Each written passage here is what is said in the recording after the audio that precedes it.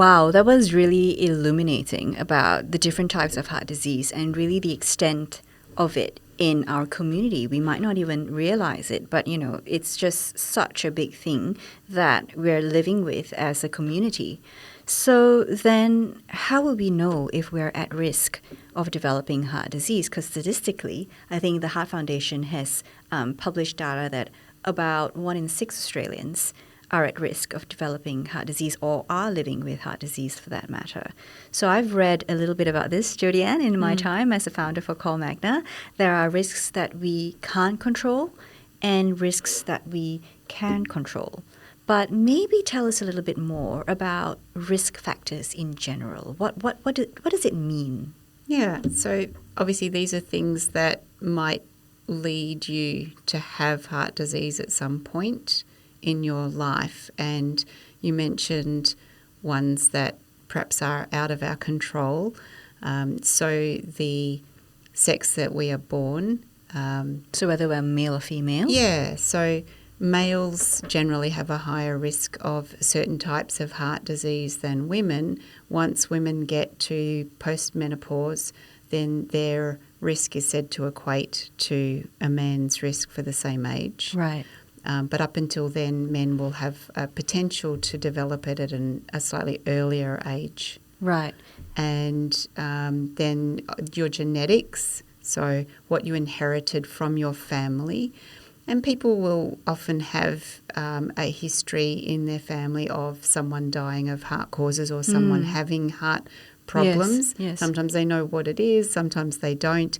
But what you inherit genetically might be a risk for certain heart diseases. And obviously we don't have much control, at least at this age, of what we got from our parents or grandparents even. Yes.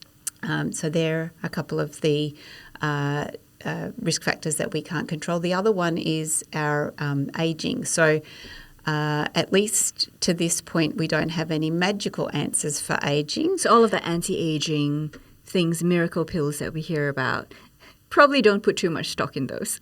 Well, I think there are lots of things that we can do that will reduce the potential for ageing, but obviously this is a watch this space type thing. There is no magic pill. Yeah. So as it stands, we age with time and we can't control that.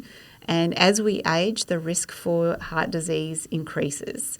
And it's not just one type of heart disease, it's several types of heart disease. And the different risk factors play into the different types of heart diseases. Correct. So these are things, risk factors, which just come with us from being us, who we are. Yeah. These are things we can't control. And then risk factors that we can control, there's lots I've sort of come across about that. What are those types of risk factors? Yeah, good question. So so there's ones that often people have heard of, like smoking.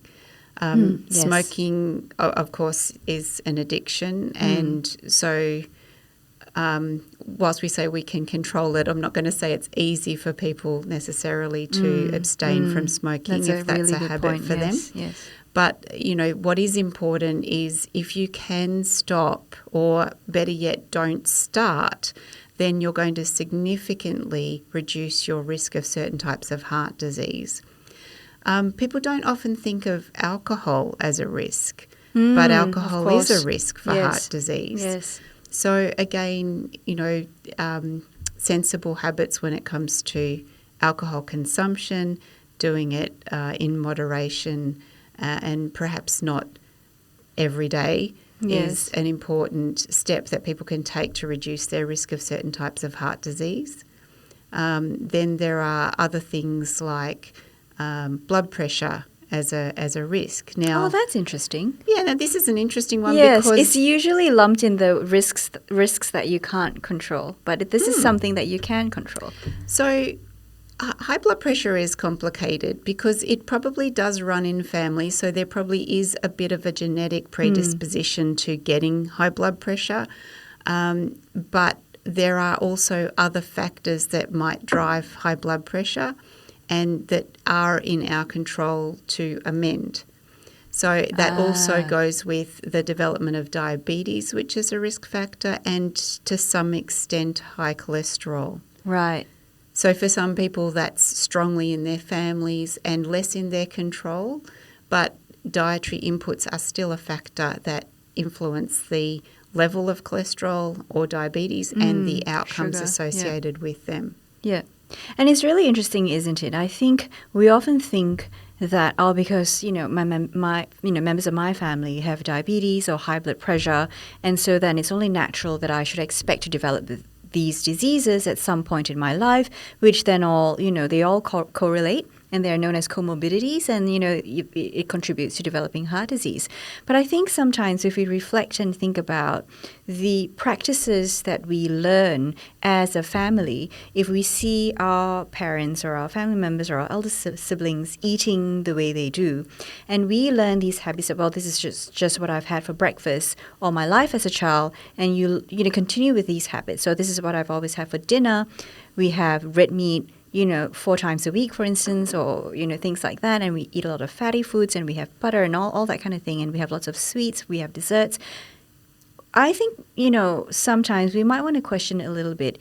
Is it genetic in the sense that biologically that's just what comes with us as a human package? Or is it something really that is a result of adopted practices over the years? And then it becomes associated with family because that's what we do as a family. And this is where it gets interesting if we talk about racial origins, for example, as a risk factor, because some of those risks come from with diet, the genetics, but some of them come with the lifestyle. Right. And it is hard to tease those aspects out unless you start looking at, say, for example, Japanese family that grew up in Japan with a very traditional Japanese lifestyle, but then maybe the grandchildren move away to a Western culture. And there are studies that look at these things and look at the impact of the Western lifestyle on that race of people. And there are definite negative impacts in that scenario. Right. You see, so, that's really important to think about it in a, slightly more nuanced way as well. Now, I think I want to circle back a little bit to the risk factors that we can't control. So in my family, for instance, I think we all know this by now, we've got a history of multiple types of chronic diseases, heart disease being one of them. Does it mean that I should just sit back and wait for the inevitable and, I only live once and I'll just, do whatever. I'm going to get it anyway. I'm probably going to get a heart attack or a heart failure. No, because you might not. And so first of all, even if you inherit the genes, there are now, we talk about epigenetic factors that stimulate those genes, trigger them, turn them on, turn them off. Right. And so lifestyle things might impact the risk that genetics is then expressed. So you should first of all definitely not just assume that because it runs in your family, you're definitely going to get it. You could take that as a note to self-warning and say, all right, well, I know this is a risk for me potentially, and then you might want to actually be proactive about how you look at that type of risk and say, all right, maybe I cannot prevent this particular thing, but I can get educated about it. I can have my heart health assessed by a professional, and then I can see what things I could do that might prevent me ending up in the same boat as my grandparents, for example. And I have lots of patients who come to me with this exact story. Yes. In fact, just recently I have the son of one of my very fit patients who ended up with very bad heart disease. Right. And his son is only 30, but he wants to make sure that he's right on top of everything that he can control to prevent him hopefully going down that same path. Oh, well, that's very good news for me. So I'm very comforted by the fact that there are things that I can do. And, we've had so many discussions about, dietary choices and lifestyle choices, Jodie. And so that's definitely good news for the people out there. And I think what's important to really understand risk factors is they are risk factors. And so that itself tells us that there are steps that we should be able to take to prevent the materialization of these risks. Yes. So just because you might have certain predispositions, we can take steps. They are still just risk factors. Yeah. There are steps that we can take to keep the materialization of these risks at bay if we're on top of things and if we are proactive about our health. And just one little piece of extra motivation to go out there and do this. Whatever affects your heart and the vasculature of your heart will also affect your brain. So if having a stroke or having dementia scares you more than having a heart attack or some other heart problem, then use that as your motivation to have good heart health. Absolutely. Yeah, absolutely. I mean, we all know that, when one thing starts going, it's just a matter of time when the rest of the body starts to, overcompensate and things, start to fall apart. So definitely want to make sure that we do our best to keep our heart health in check. And to, even if you think you've got certain risk factors that you cannot control, they are still just risk factors that you can take steps to prevent them from expressing, as you mentioned, or materializing. Yeah. So there's always something that we can do. Let's go and get it done. Excellent. Thanks, Jodie Ann. Thanks, Amber.